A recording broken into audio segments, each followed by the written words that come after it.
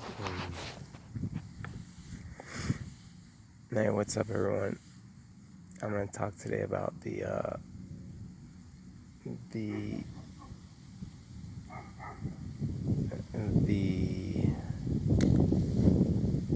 the argument for pacifism, or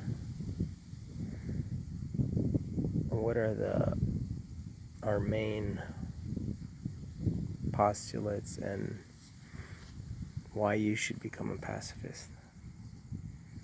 The first thing is the beauty of having this vision, the beauty of having the vision of nonviolence, of unconditional love, the beauty of your life. So we're not looking at the macro yet, but we're looking at your life, your individual life. When you live with the belief system of violence, that violence is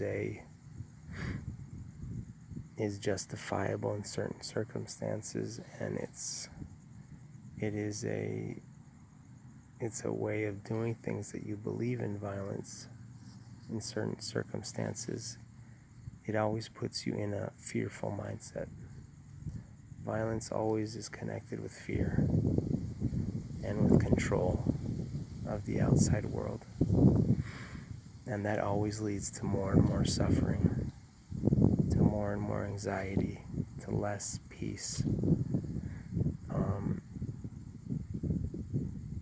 But when you switch over and you completely switch your mindset and know that the means are the ends in themselves, and know that by remaining in the Spirit of God, it's going to be almost impossible for us to act violently. And there might be some circumstances where it doesn't mean we're not physical, it just means we're not violent. Like if we're trying to stop someone or something. But if we're in that spirit, it's gonna be almost impossible to actually kill or to do physical harm to someone else. And so when you jump into that spirit, and when you completely let yourself go into that spirit, then there's a peace that comes over you just on a daily basis. There's a peace that will live within you. Fear will be lessened, because violence is not a viable option anymore. And you'll become less fearful of others instead of more. See, that's kind of like the paradox. Everyone thinks that you become like fearful, or you become subservient, or you become somehow where you can't stand up for yourself. But it's quite the opposite. When you are in the state of unconditional love, you can stand up for yourself. When you're in that spirit, you're not fearful. You're loving, and loving doesn't have fear, and it has great qualities. It's just the opposite of fear. And it's peaceful, and it's loving, and it's kind, and it's assertive. So it's a beautiful place to be in your life.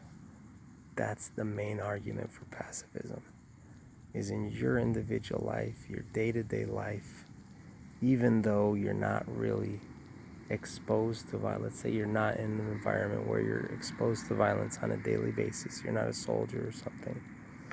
You're just a regular old human being going about their 9 to 5 or whatever you do. You're not usually exposed to violence on a daily basis or even a monthly basis. Sometimes you might encounter it. But even if you don't encounter it, it's just your belief system will change other things in you. It'll change your relationships. It'll change your relationship with your kids, with your spouses, with people. And it'll change your lens. And that is the most important argument for pacifism. It's not necessarily what you do in face of violence, but it's just your lens in which you view life, and in which you view the world, and you view yourself. And so that's number one. It's all about you and your internal peace and your own salvation. And so that's number one. Number two is, once you've achieved a certain level of peace, once you've removed the, I don't remember exactly my memory's horrible, but I don't remember the exact scripture in the Gospels, but once you remove the something from your own eye, then you can remove it from other people's, right? So first look internally, and remove the bad within you. So once you find that peace, once you find that kind of liberation, and you can live in the Spirit of the Lord, which is, like we said before, it's almost impossible, but once you gain the consciousness of it and you do it, it's amazing, because you 100% believe in it, and then you do it at times, not all the time, but when you do it those certain times, your belief system, your actions are all congruent, and they're all based in reality. And reality meaning the energy that's in everything, the energy that sustains life. So your belief systems, your actions, your thoughts are all congruent. They're all in harmony with reality, and that's a beautiful thing. And it doesn't happen all the time, because it's, you can't always remain in the Spirit of the Lord. I mean, you can, but I haven't been able to. But when you do, it's beautiful, and you know it consciously. You can feel it. You can know it.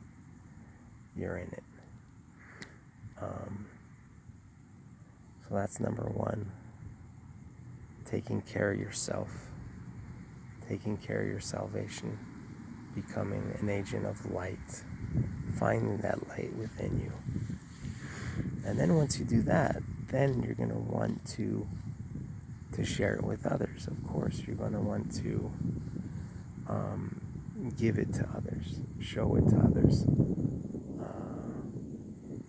and not necessarily other people.